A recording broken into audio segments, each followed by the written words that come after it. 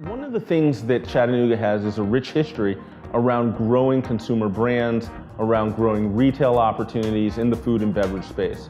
We also have an amazing outdoor recreation space, and so we have a lot of intellectual capital and a lot of knowledge about what it takes to be successful.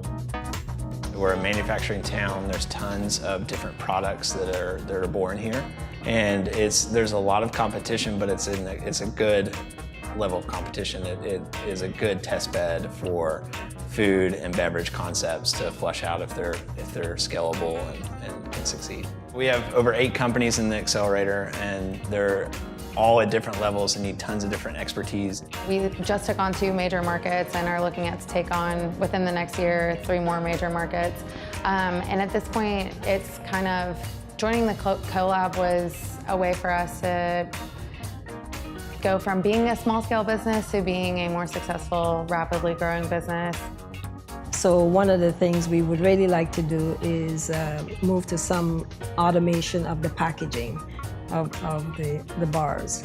And obviously we want to expand our market. We've been helping to look at our numbers, our figures, so that we know what our costs are and just all those aspects of your business that, you know, when you're here working on the business, you don't really pay attention to all those things. So it forces us to take time out to actually, you know, look at those things that are important. We actually hired an accountant after reviewing our financials, which, like I said, the rate we're growing, it's probably a complete necessity. So common challenges for growing any business, regardless of consumer goods, just operations, the standard stuff, inexperience. A lot of people it may seem simple if you kind of go through it yourself and struggle, and then you look at these companies that are doing the same thing, maybe in a different area, and you're like, hey, I can help them get from 0 to 60 and way quicker. I honestly believe that some of the biggest brands that we're going to see over the next 10 or 15 years are growing right here today in Chattanooga, and that this community is going to help support them.